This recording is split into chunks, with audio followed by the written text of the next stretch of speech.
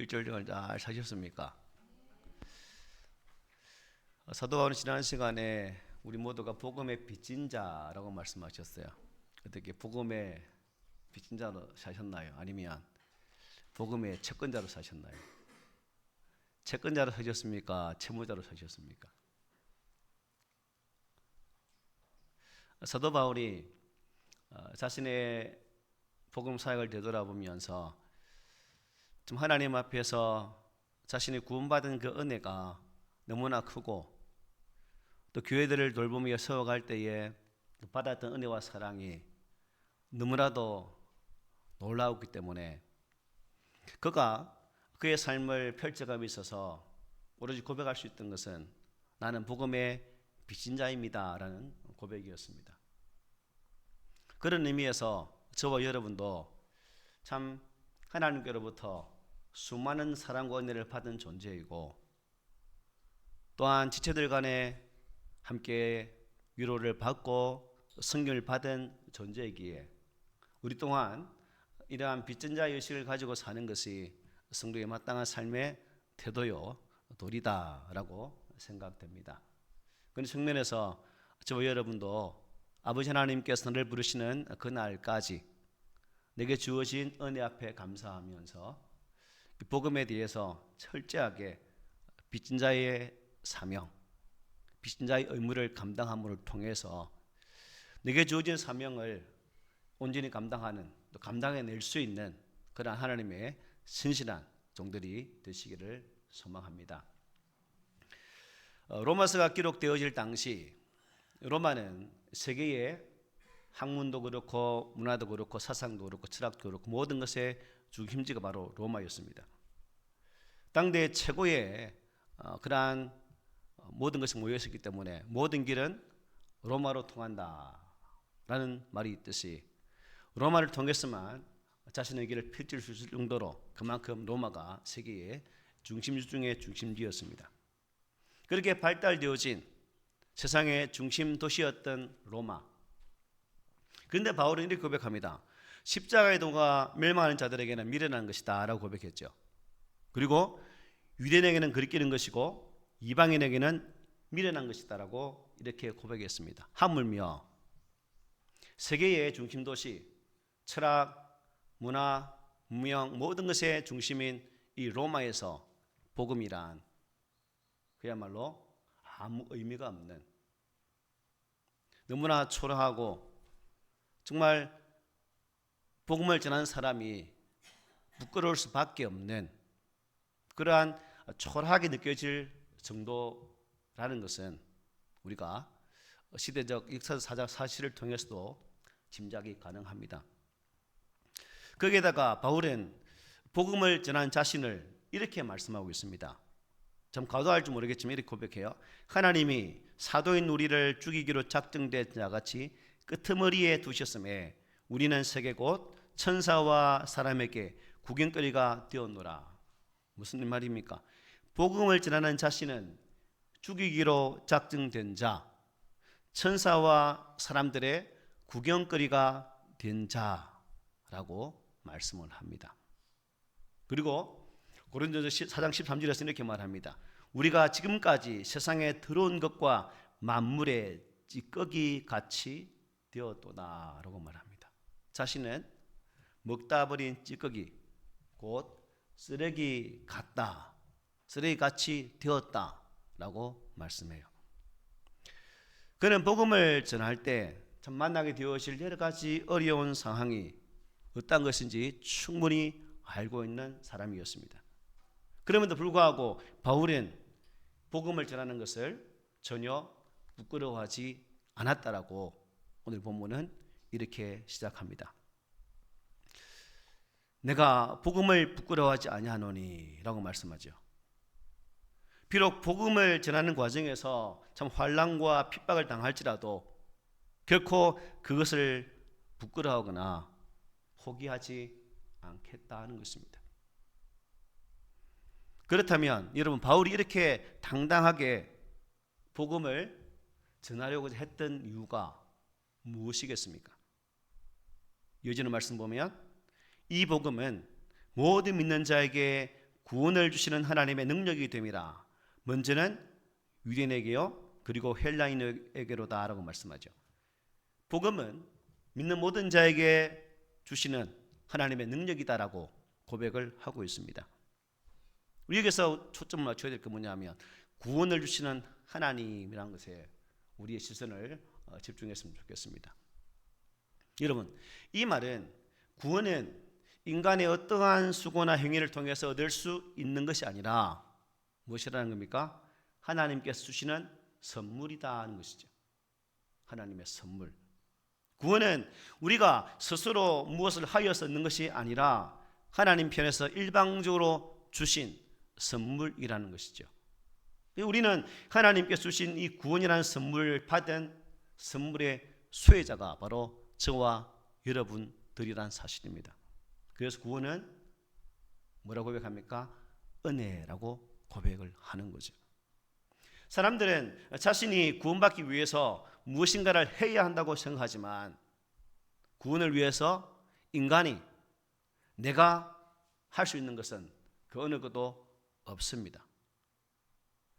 그런데 참 예수 안에서 하나님의 자녀로 거듭났다라고 말하는 그리스도인들 중에는 구원이 하나님께로부터 오는 것이라고는 믿고 있지만 그래도 뭔가 찝찝하니까 우리의 그 무엇이 감이 되어서야 되지 않겠느냐라고 생각하는 사람들이 의외로 많습니다. 아마 여기 계신 분들도 물어보면 어떻게 믿음으로만 구원이 가능해요? 그래도 우리가 생활을 잘 살아야지. 선하게 살아야 되고 착하게 살아야 되고 이게 어느 정도 가미가 되어서야 되지 않겠습니까? 라고 말하는 분들이 충분히 있을 수 있다 없다? 저는 있다고 생각해요.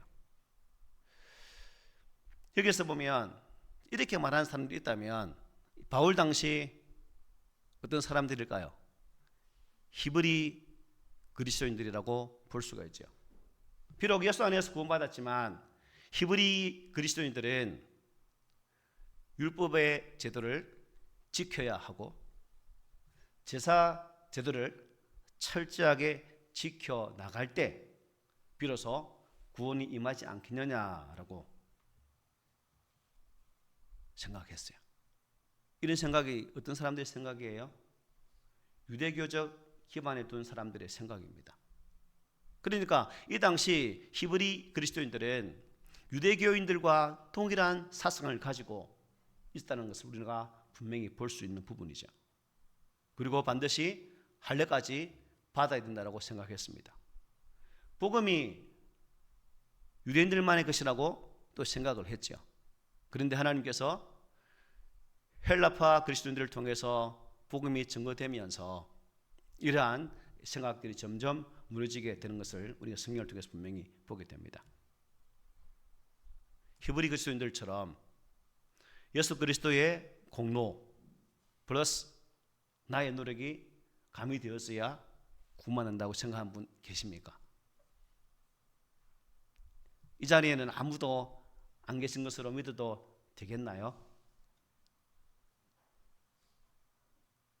네, 그렇게 한번 믿어보도록 하겠습니다. 그렇게 믿고 이제 나갈게요.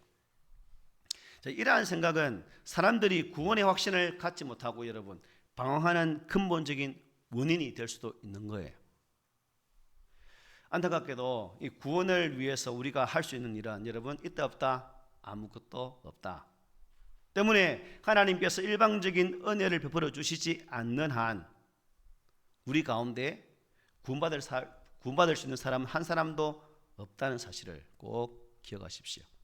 그래서 여러분 인생이 어찌 하나님 앞에 어렵겠습니까? 라고 고백하죠. 시인이 이렇게 노래합니다.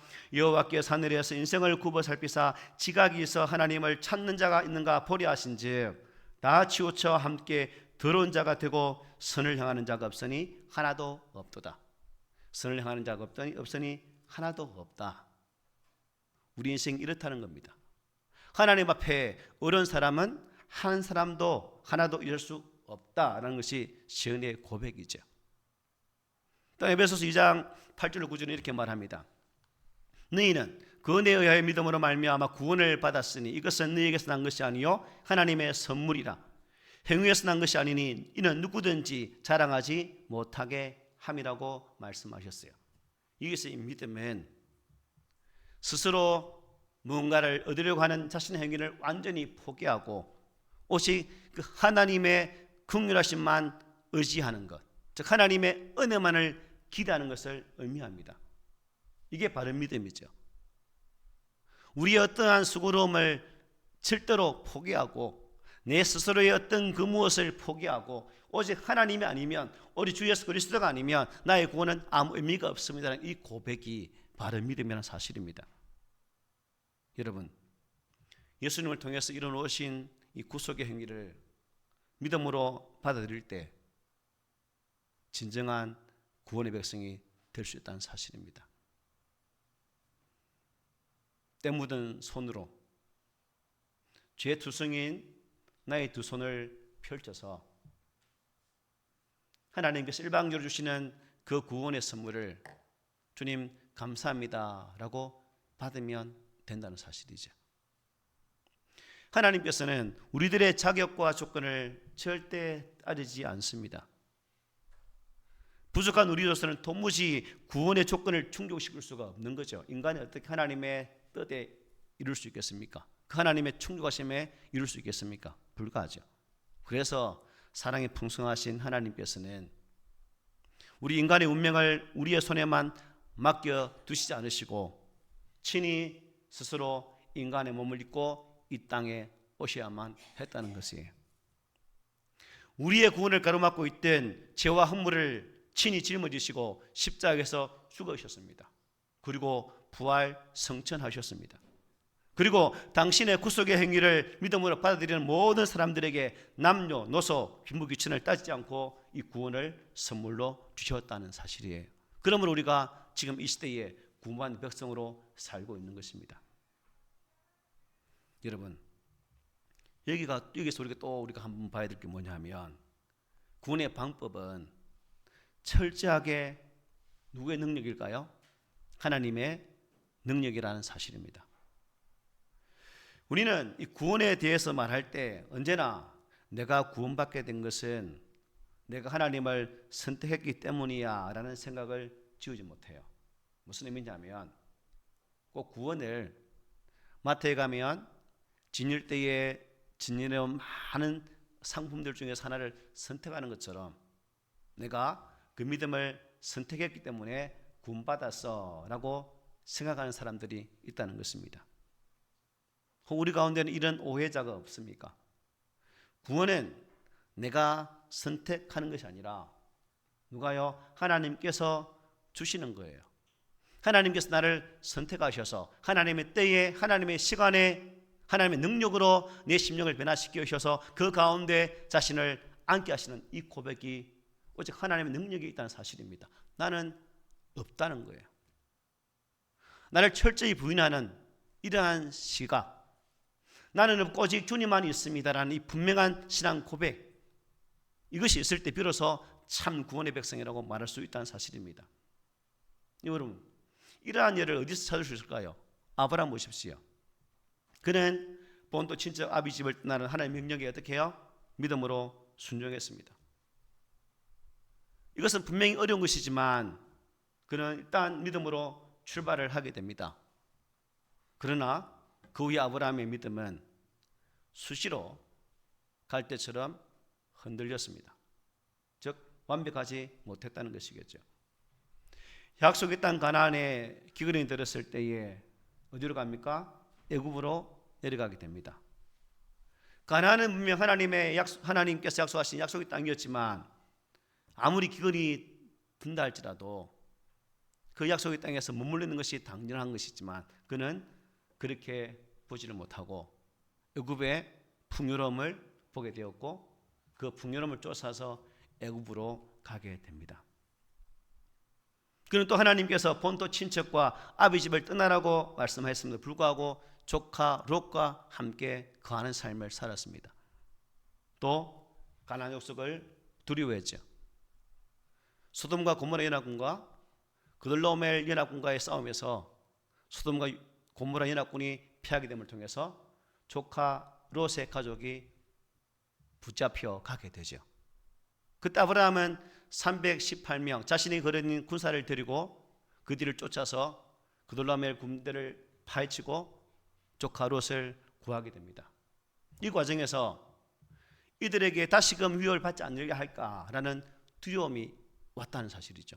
여러분, 이 전쟁에서 자신들의 힘으로 이겼습니까? 아니죠. 하나님이 이기게 하셨기 때문에 이긴 거예요. 그런데 그들은 가나안 족속을 두려워했다는 사실입니다. 또 아브라함은 하나님께서 주시겠다고 말씀하셨던 그 후사가 드디어 이루어진 것을 보고 그 약속을 의심하게 됩니다. 그래서 다메섹 엘리에스를 자신의 후계자로 생각하게 되죠. 그래서 하나님께서 그에게 약속의 날을 기다리고 있을 때 그것 또한 믿지 아니하고 하갈을 통해서 이스마엘을 낳게 되어지는 이러한 실수를 범하게 됩니다. 그는 분명히 믿음으로 출발했지만 그의 믿음은 상황과 환경에 따라서 이리저리 흔들리는 것임을 성경은 우리에게 분명히 증거해주고 있죠. 그렇다면 여러분, 아브라함이 믿음의 조상으로 우뚝 선 때는 언제일까요? 하나님께서 약속하신 대로 그에게 이삭을 주었을 때입니다. 창세기 21장에 아들 이삭을 태어나게 하시고 창세기 22장에 보면 하나님께서는 그 아들을 뭐라 합니까? 번제물로 바치라고 합니다. 그동안 살아왔던 그러한 믿음이었다면 그는 이 과정에서 하나님을 다시금 부인하고 아들을 번제로 드리지 못했겠죠. 그러나 그는 하나님을 신실히 믿었기 때문에 창세기 22장에서 아들 이삭을 번제로 드리는 믿음의 모습을 보이게 됩니다. 하나님 이때 비로소 네가 나를 믿음을 확신한다라고 고백하고 계십니다. 여러분, 아브라함을 하여금 20년 동안 기다리게 하셨던 이 기간, 그 시간 이후에 하나님께서는 이삭을 그의 가정의 후사로 주게 됩니다. 왜 하나님께서 약속하셨을 때 바로 즉각적으로 주지 아니하시고 이 긴 시간 동안 기다리게 했을까요? 왠줄 아십니까? 사람이 갖고 있는 이 믿음은 흔들릴 수밖에 없고 오직 하나님 안에 거하는 믿음이 있을 때 비로소 흔들리지 않는 그 믿음을 가질 수 있다는 사실을 아브라함의 이러한 삶을 통해서 우리는 분명히 보게 있다는 사실이죠. 하나님께서 믿게 하실 때야 어떻게 해요? 비로소 흔들리지 않는다는 사실입니다. 내가 믿고자 하고 내가 수고하고 애써서 믿고자 하는 그러한 신앙생활이 아니라 우리들 또한 하나님께서 내 마음에 감동을 주실 때 그 때에 순종하는 것이 바른 믿음을 세워가는 때임을 성경은 분명히 증거합니다. 그런 하나님께서는 당신의 약속을 시행하기 앞서서 여러분 아브라함에게 이러한 약속의 말씀을 주었습니까? 안 주었습니까? 계속 주었죠. 그런데 아브라함은 신뢰를 하지 못했습니다.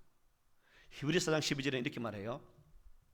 하나님의 말씀은 살아있고 활력이 있어 좌우의 날선 어떤 것보다도 예리하여 홍과 영과 및 관절과 골수를 찔러 쪼개기까지 하며 또 마음의 생각과 뜻을 판단한다라고 말씀해요.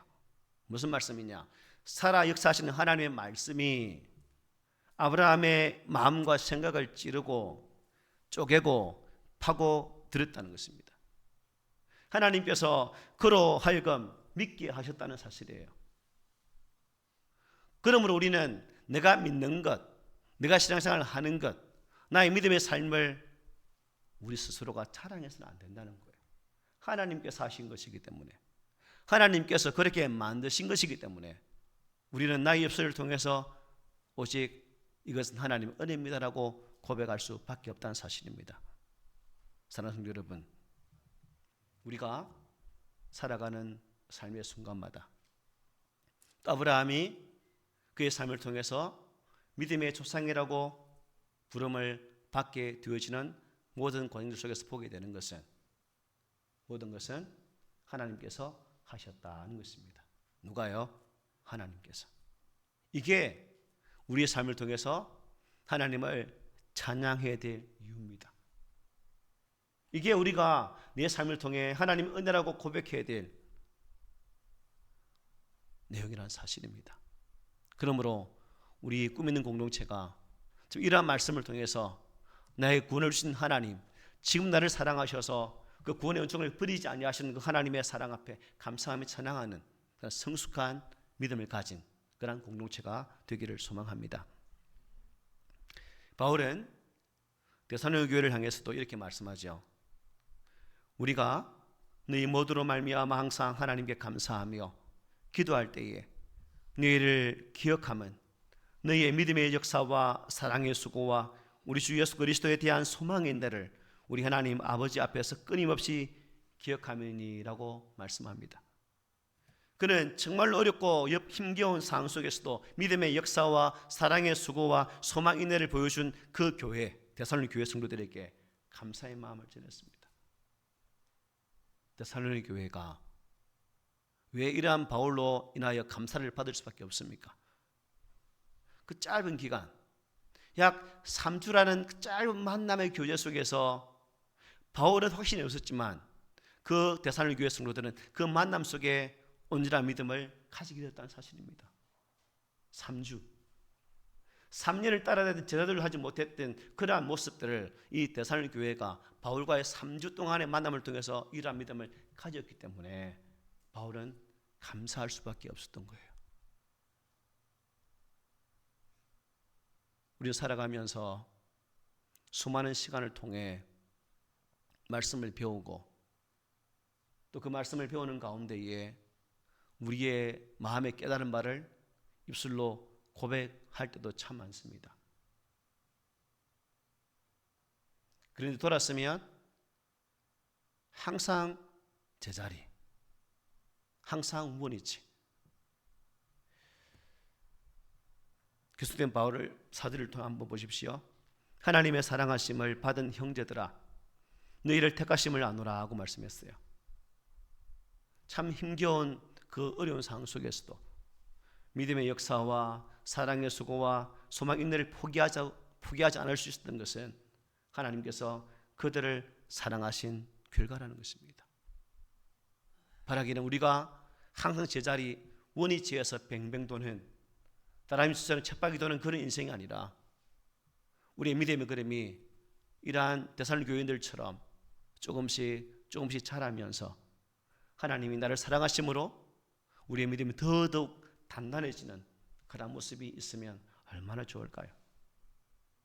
하나님께서 그들을 선택해 주신 결과가 이런 것이었고, 그러므로 나 또한 하나님의 선택의 산물이라면, 내가 살아가는 인생이 하나님의 선택의 그런 순간이었다면 우리의 인생을 통해서도 이러한 믿음의 고백이 있어야 될 줄 믿습니다. 그는 또 고린도 교회를 향해서 어떻게 말합니까? 이렇게 말하죠.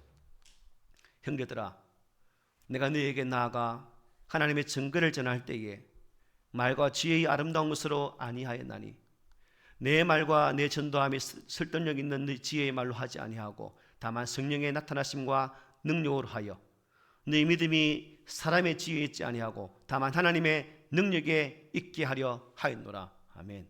왜 바울이 고린도 교회에게 너의 믿음이 사람의 지혜에 있지 아니하고 다만 하나님의 능력에 있다라고 후배하고 있을까요? 고린도 오기 전에 이 바울은 아덴, 즉 아테네죠. 아테네에서 복음을 전하게 됩니다. 그런데 철학의 도시, 지혜의 도시 아테네에서 바울 또한 한가닥 하는 사람 아닙니까? 배운 가닥이 참 굵은, 가방끈이 얇은 사람이 아니라 가방끈이 참 굵은 사람 중에 한 사람이 바울입니다. 굵은 사람들끼리 만나 굵게 대결을 했죠. 가방끈 자랑하면서. 그런데 이 아테네에서 바울은 철저하게 실패합니다. 세상의 철학과 세상의 지혜로 맞들여 가방끈으로 싸웠는데 복음은 전하지 못했다는 사실이에요. 이 사실을 깨닫고 고린도 교회를 향해서는 이게 아니다, 하나님의 능력이 있다라고, 모든 복음의 전파됨에, 모든 복음의 증거됨에는 하나님의 능력에 있다라고 이렇게 깨닫게 되어지고 그것을 전하게 되었다는 사실입니다. 여러분, 살았고 운동력 있는 하나님의 말씀에 복음의 핵심이 또한 우리의 믿음의 근거가 있다는 사실입니다. 말씀에서 떠난 신앙, 말씀을 벗어난 믿음의 삶, 결국 알맹이 없는 모습입니다. 저와 여러분이 하나님의 거룩한 믿음의 말씀 앞에 서서 그 말씀이 주는 은혜에 감사하며 반응하는 삶을 사는 것이 참된 복음의 은혜 가운데 있는 믿음의 성도라는 사실을 꼭 기억하십시오. 그러기에 믿음은 하나님의 선물입니다. 믿음을 통해 얻게 되는 구원도 하나님의 선물입니다. 우리가 선택하고 믿어서 구원받는 것이 아니라 하나님께서 선물로 주셔야 되는 게 구원이에요. 그리고 그것이 바로 복음의 능력이라는 사실입니다. 그러므로 오늘 우리로 하여금 하나님이신 예수 그리스도, 이 복음이신 예수 그리스도를 믿게 하신 하나님 아버지께 정말 감사와 영광을 돌리는 우리 모두가 되시는 게 정상 아닐까요? 그죠? 우리 정상적인 삶을 삽시다. 정상적인 삶. 바울이 또 복음을 부끄러워하지 않는 이유를 뭐라 말씀해요? 17절에 보면 이렇게 말씀합니다. 복음에는 하나님의 의가 나타나서라고 말하죠. 그리고 믿음으로 믿음에 이르게 한다라고 말씀했습니다. 여기 의, 하나님의 구원에 이르는 절대적인 기준입니다. 이 의로움. 그런데 이 의에는 두 가지가 있습니다. 하나는 능동적인 의죠. 즉 공덕 사상입니다. 자기가 어려움을 쌓아서 하고자 하는 그러한 의를 능동적인 의라 부릅니다. 루트가 자신의 힘으로 구원에 이루고자 얼마나 수고했습니까? 바닥을 기고 기면서 피가 철철 나도록 회개했지만 자신의 수고로움과 자신의 노력은 이 구원에 이르지 못한 사실을 깨닫게 되죠.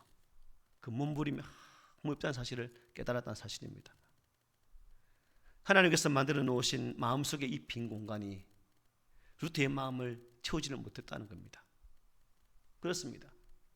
우리 스스로 행하는 능동적인 즉 공덕 사상으로는 하나님께서 이루신 그 의에 결코 이룰 수 없는 거죠. 다가갈 수 없다는 사실입니다. 또 하나는 수동적인 의가 있습니다. 이것은 예수 그리스도를 믿음으로 말미암아 얻게 되어진 의라고 볼 수가 있죠.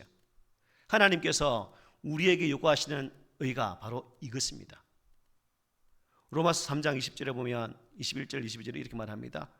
이제는 율법 외에 하나님의 한 의가 나타났으니 율법과 선자들에게 증거를 받은 것이라 곧 예수 그리스도를 믿음으로 말미암아 모든 믿는 자에게 미치는 하나님의 의니 차별이 없느니라.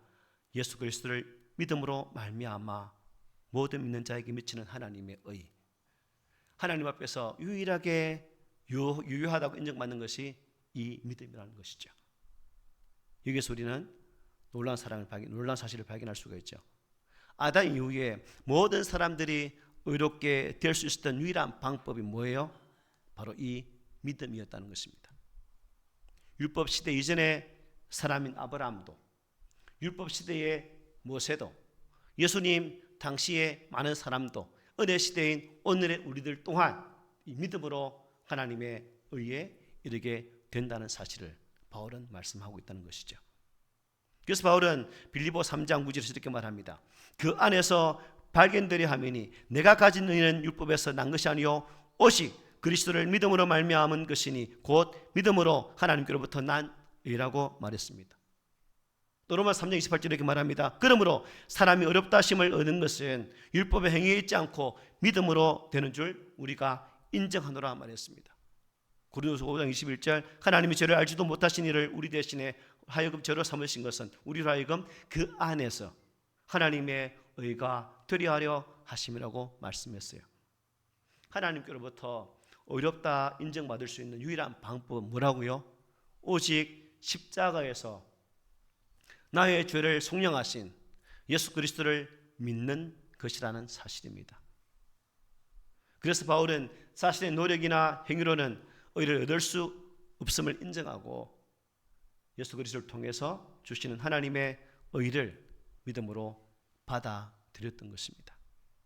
그래서 바울은 예수 그리스도 안에서 하나님의 사람으로 거듭난 의인들은 믿음을 통해서만 살 수 있다고 선포를 하고 있는 거죠.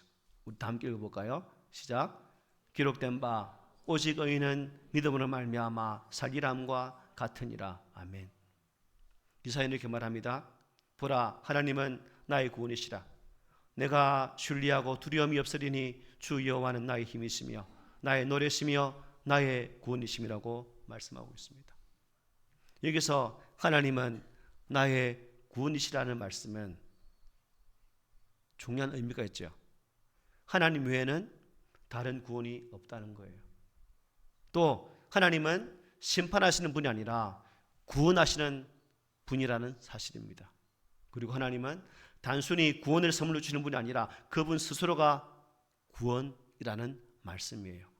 그래서 시편 기자는 이 사실을 깨닫고 이렇게 고백합니다. 여호와는 나의 빛이요 나의 구원이시니 내가 누구를 두려워하리요. 여호와는 내 생명의 능력이 되시니 내가 누구를 무서워하리라고 노래하고 있습니다. 시인은 구원자이신 하나님께서 자신과 함께 하시지만 자신과 함께 하기만 한다면 세상 그 어떤 대적이나 두려움도 자신을 짓누를 수 없다라고 말씀하고 있죠. 이 확신, 오늘날 우리에게 필요한 믿음의 확신 아닐까요? 루트 역시 이 확신을 통해 언제나 죄책감과 두려움에 사로잡혀 살던 가톨릭의 수사에서 벗어나서 하나님 앞에 진정한 기억자로 서서 복음의 사도로 살아가는 모습은 우리는 역사를 통해서 분명히 보게 됩니다. 예수 그리스도 안에서 하나님의 자녀로 거듭난 의인들, 오직 하나님을 믿는 믿음 이 하나만으로 산다는 사실, 여러분 신앙생활 함에 있어서 다른 어떤 것을 강요하려고 하지 마십시오. 구원은 믿음입니다.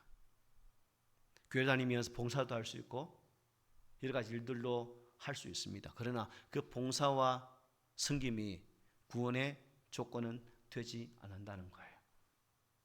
오직 한 분 예수 그리스도, 우리 기독교의 신앙 핵심이신 그 예수 그리스도를 온전히 믿을 때, 이 복음이신 예수 그리스도 안에 온전히 거하게 되어질 때, 그 예수 그리스도만이 진정한 나의 구원의 참 보배가 된다는 그 사실을 인정하게 되어질 때 비로소 우리는 진정한 구원받은 백성이 될 수 있다는 사실입니다.